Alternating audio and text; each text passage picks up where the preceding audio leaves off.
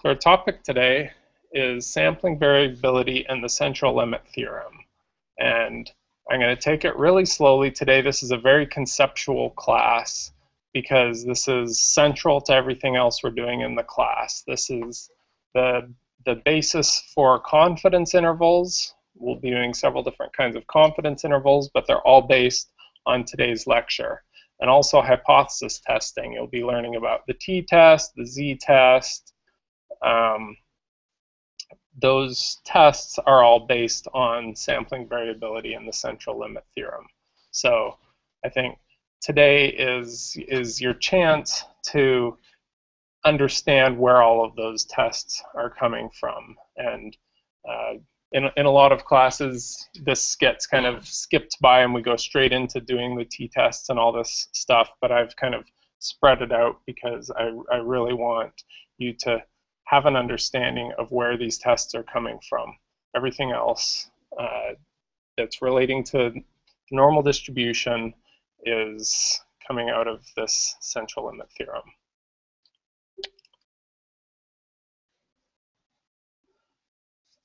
We're going to review the difference between a population and sample because that is key to sampling distributions, and talk about the central limit theorem as it relates to the samples.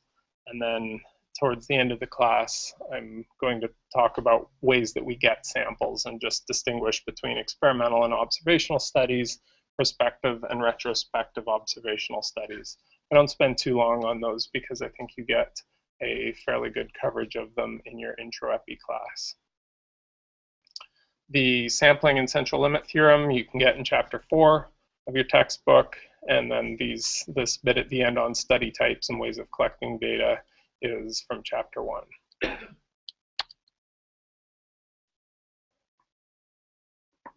So population versus a sample. A population is every individual that we're interested in, and who that is depends on the purpose of the study. It could be every single person in a state, it could be every single person in the country or the world. But that is what we call the study population, and that is who we're interested in, and it's everyone who we're interested in. So it's very important when you're doing a statistical analysis or reading about a statistical analysis to understand who your study population is. And as you've learned before, the only case generally where we ever actually have data for the entire population is a census, and in other cases we take samples. So we use some sort of random selection mechanism to select some individuals out of this population. So from one population you could have any number of different samples, and your samples are characterized by how you sampled them and how big the sample is. When we're dealing with continuous variables, we're going to do inference on the sample means, and that's an important thing to keep in mind. All of these tests that we do, the t-test, the z-test, the confidence intervals, they're about the mean. So they're not about individual properties, they're about group average properties, right? So when you take a sample of 75 people, what we're going to use for inference is the mean of whatever it is that we're measuring about them and the variability. And we're going to use that mean to try to say something about the population average. It's the population that we're interested in. And again, when we're doing confidence intervals, when we're doing hypothesis tests, it's about the average. And I'll tell you that that's something that I'm going to get at. You know by now that I like trying to ask some conceptual questions on the tests. And on your next test, there will be some questions to try to get at, do you understand that these procedures that we're going to learn in the next few classes are about the mean and not about the individuals? And I can assure you that probably a bunch of you will get them wrong, because, well, hopefully not, because I've learned from past classes, and I'm really gonna emphasize that conceptual difference, that it's about the mean, not the individual.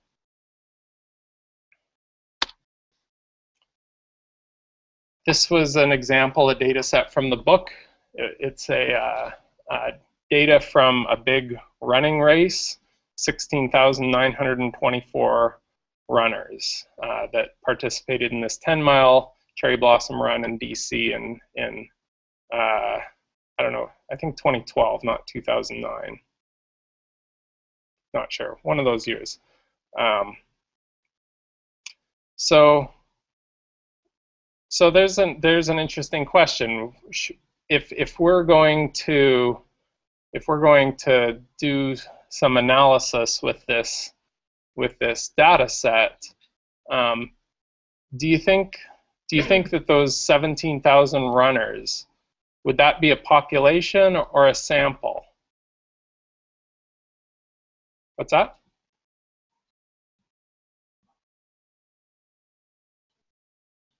Yeah, I mean, it could be either, really. It depends on how you define your study population. If you, in the book, they say, you know, this is a population. We have the complete data for every single one of these runners. So as long as our study population is these 16,000 runners from this year, then it's a population.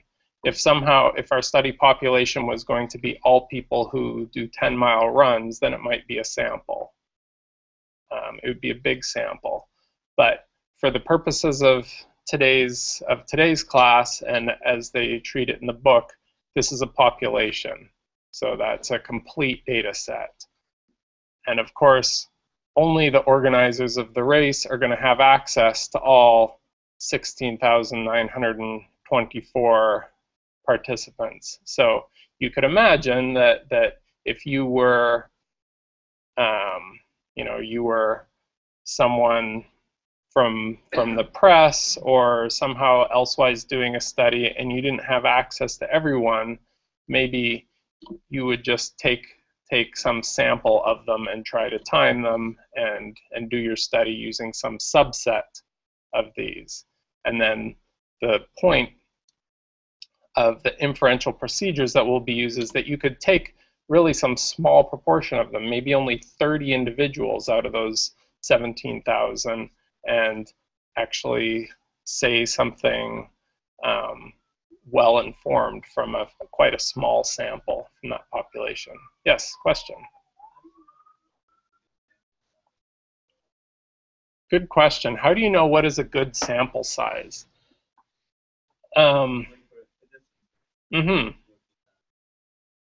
Yeah. So the most unintuitive part of that answer possibly is that it doesn't depend on the size of the population. It doesn't matter if you have 15,000 runners or if you have 5 million runners. What it does depend on is statistical power, which is something that we'll get into a little bit later. More questions about this? Something else?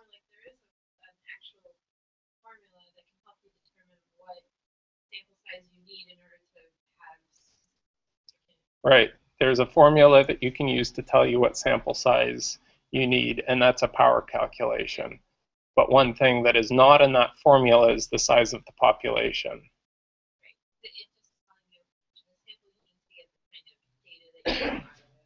That's right. And what it does depend on is essentially how accurate an answer you want, what the natural variability in the population is, and how accurate a distinction between two groups you want to be able to make. Other question?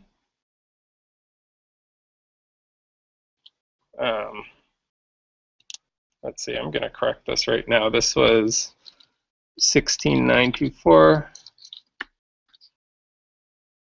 And I think it is 2009.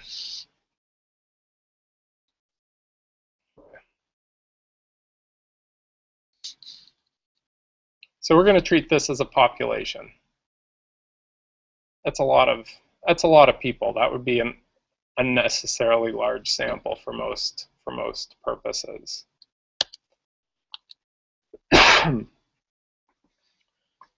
If we take a random sample of 100 individuals from that run, and I'm plotting on the left here the running time for all 17,000 individuals, I'm plotting on the right the running times for a random sample of 100 individuals.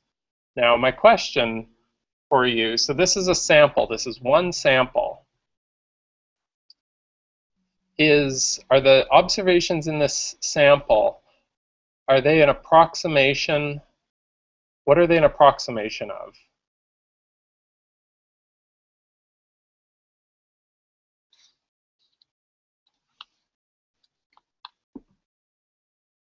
I'll get back to it. Just think about that. Does it look like kind of like the histogram on the left? It does look kind of like the histogram on the left. I mean, the middle is at about 100, just under 100 for both.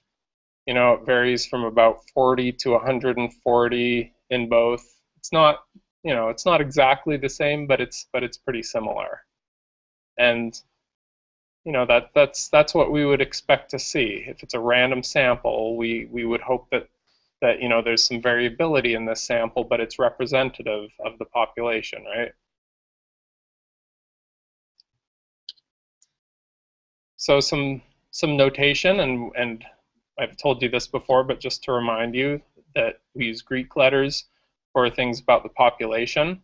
So the mean and standard deviation from a population are mu and sigma, and from a sample, these are statistics. So for the population, those are parameters. From the sample, they're statistics, and we use the regular English letters for sample statistics. So the mean and standard deviation are x bar and s. So the difference here is that mu and sigma would be calculated from all 16,900 individuals, and they're exact.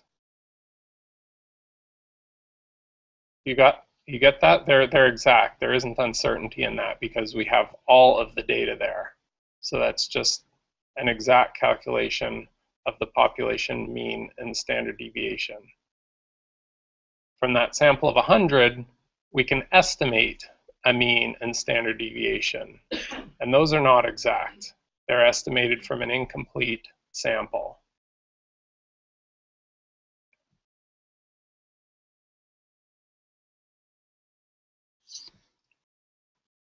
So population distribution, I think you should be comfortable with that by now.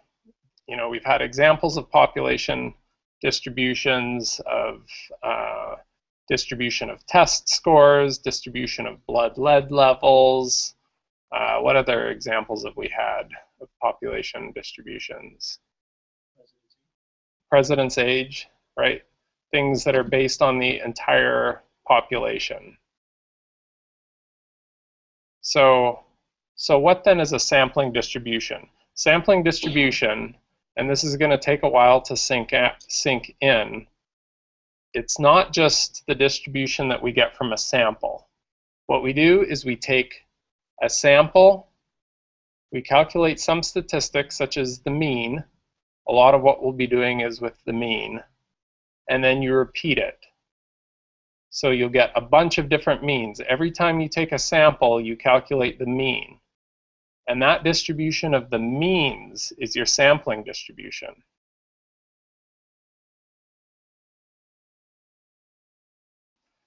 Yes? Mm-hmm. No, it would be a sample of all samples of 10-mile runners. But it would be, so here is one sample of 100. We take this sample, we calculate the mean, we find that it's maybe 92, and then we take another sample independently, like randomly, again, select 100 runners, calculate the mean. When we've done that twice, that's 2 points along, that's 2 measurements from the sampling distribution. The key point is that the sampling distribution here is about the means. It's not about individuals.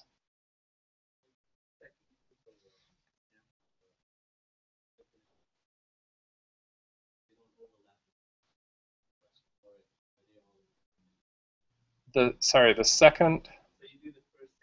Yep. Yep.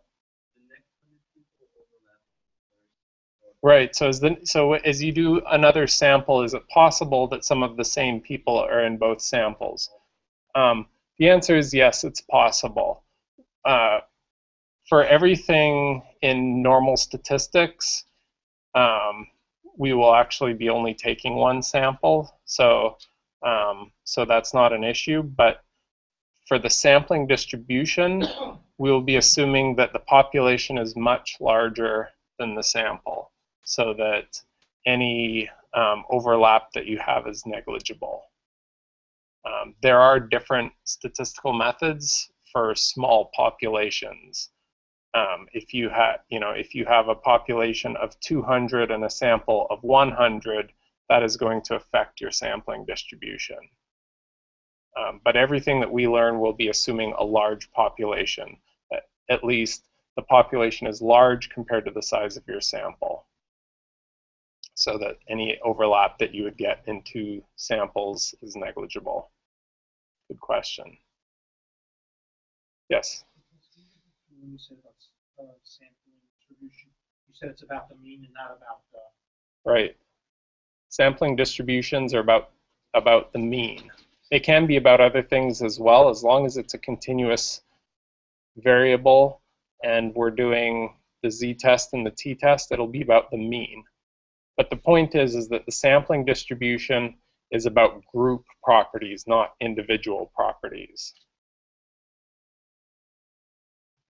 Which is good because we're in population health, right?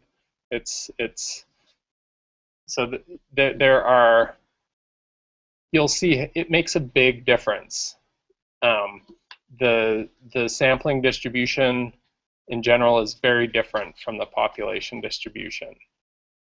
So it's important to remember that it's not a property of any individual, that sampling distribution. It's only a property of groups of individuals. Does that answer your question?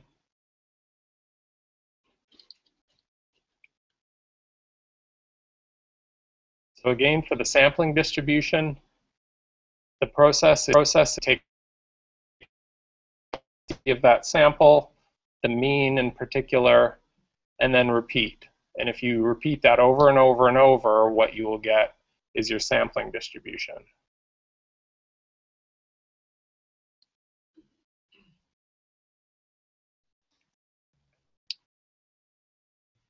And anytime you have a sample greater than size 1, its variability, the variability of the sampling distribution is going to be less than the variability of the population.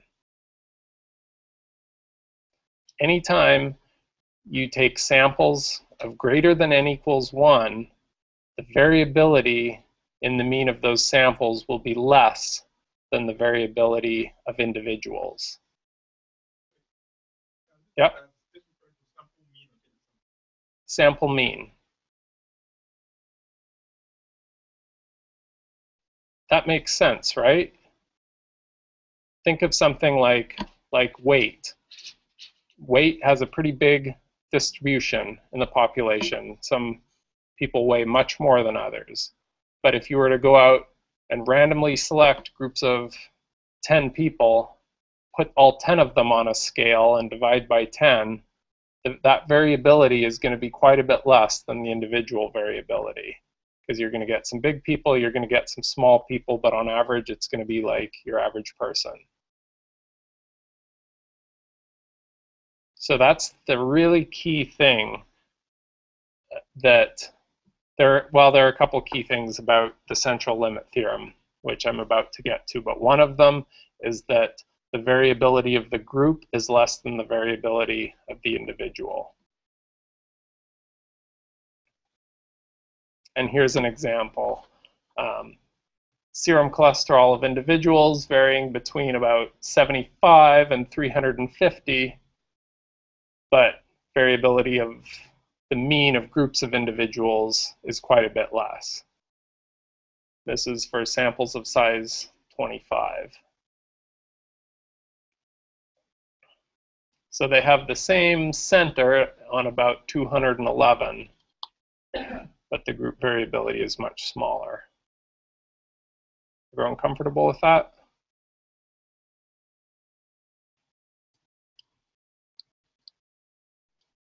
So what about in our runner's case? Here was that example again with the whole population. You can see that the largest frequencies, so that's the number of runners in one of these bins, is over 4,000. It's lots of people. And here's a random sample of 100 runners. So now, here's a question for you. Is what you see here, is it an approximation of the population distribution or the sampling distribution? Keeping in mind that this is a sample. It's one sample.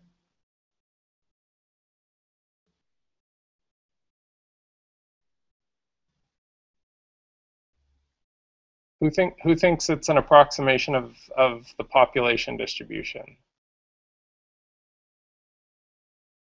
Okay, I see a few hands. Who thinks it's an approximation of a sampling distribution? All right, we have a slight majority in favor of the population distribution, and that's correct. It's an approximation of the population distribution because these are individuals. Each of the times being counted here is the time of an individual, and that's why it's an approximation of the population. If this were a sampling distribution, then each point in here would be an average of some number of runners.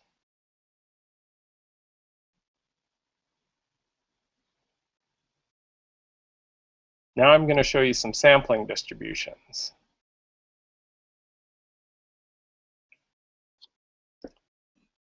So all of this you see here for 100 runners, this would be just one point on the sampling distribution, and it would just be this mean. So a mean of 35 minutes, that would be 1 point on your sampling distribution, whereas we have here 100 data points out of the population distribution.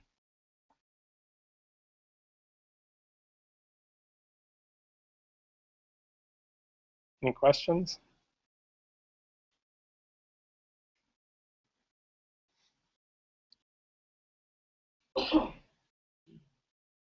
Okay. Before I show you the some sampling distributions from this example, I'm going to tell you about the central limit theorem. There are three main parts to it that you'll have to know, and what it does is it relates the population distribution to a sampling distribution. And the first part of it is that the mean of those two distributions are identical. So if you have, in this example of the serum cholesterol, the mean of individuals in the population and the mean of the means of samples of 25 are the same. And that makes sense, right? You wouldn't expect, just because you're averaging some people together, to end up with a different average than in the population.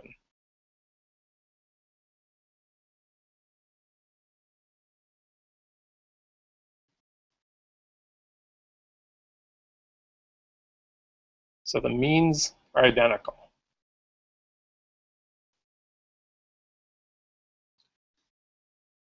Now the second part, which you're going to get very familiar with, relates the variability, the standard deviation of these two distributions.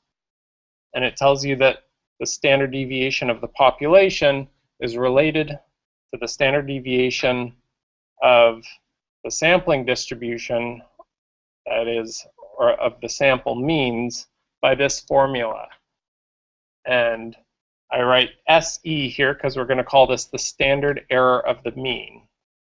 So this is when we're taking means of samples of size n, then those means form the sampling distribution, and the standard deviation of that sampling distribution is this standard error, SE. And they're related by this factor of the square root of n. So this formalizes that thing that I said before, that as long as you have samples of more than one person, the variability of your sample means will be less than it was of individuals.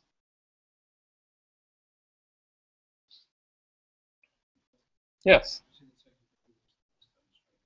The standard deviation of the population related to the standard deviation of the sample means, or of the sampling, or of the sampling distribution of the means. So remember, the population distribution is made up of individuals, the sampling distribution is made up of sample means. And that standard error, or standard deviation of the sampling distribution, is equal to the standard deviation of the population over the square root of n. That's part 2 of the central limit theorem.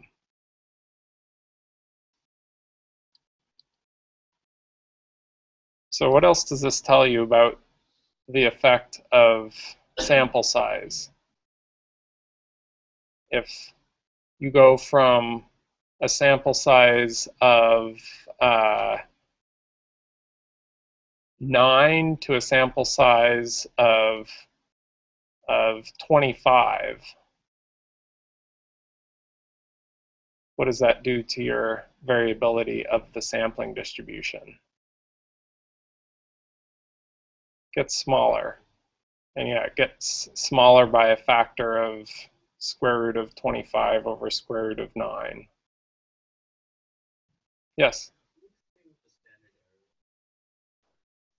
Yeah, the standard error is your uncertainty in your measurement of the population mean.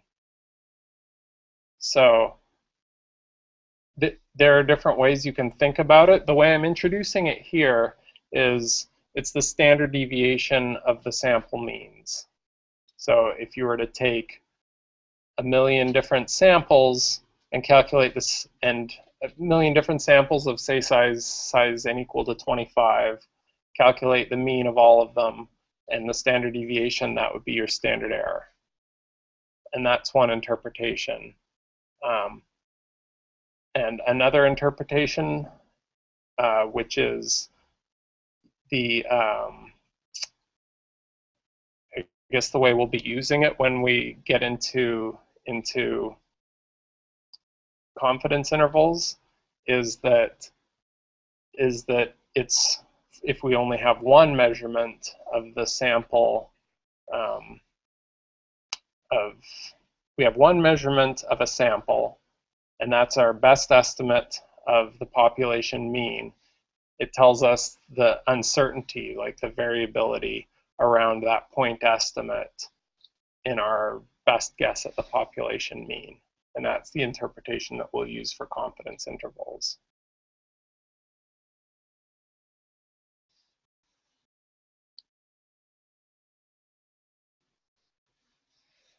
And the final part of the central limit theorem is that for large n, the shape of the sampling distribution becomes normal. Doesn't matter about the population distribution. So on the left, here's an example of a uniform distribution. in the population. So if you take samples of n equal to 1, you have a uniform distribution between the minimum and maximum. But if you take samples of size n equal to 4, calculate the mean of each of those samples, and plot all of those means, it starts looking mounded up towards the middle. Like you're not likely to get all 4 of your random individuals down near the negative extreme or near the positive extreme. Go up to n equals 7, it gets a little bit more concentrated to the center, and n equals 10, more concentrated to the center and more normally distributed. On the right here, just some funky examples. This is a made-up, super wonky population distribution. Say this is something like, I don't know, something like weights where you have only kindergartners and WWF wrestlers or something. So it's, you know, and I don't know, maybe men's and women's division or something like that. So you have, you know, a really wonky distribution in the population. But as long as you take random samples from that, random samples with increasing size, their averages become more and more normal. So I'm not sure what the sample size is here, but for a large enough sample, your sample means are normally distributed. You'll learn rules like, you know, if n is greater than 30, then you can use the normal approximation.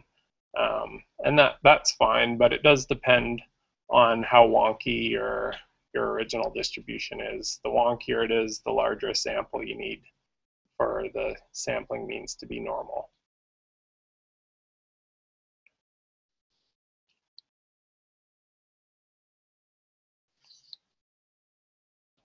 So put all together, it means that for a random sample of size n from a population with a known mean mu and a standard deviation sigma, then we know what the sampling distribution of means will be. It'll have the same mean mu, and it'll have a standard deviation that we call the standard error, which is sigma over square root of n. And we call it standard error just so it doesn't get mixed up with the standard deviation, which usually has to do with individuals. The standard error, remember, it's not the variability of individuals, it's the variability of groups.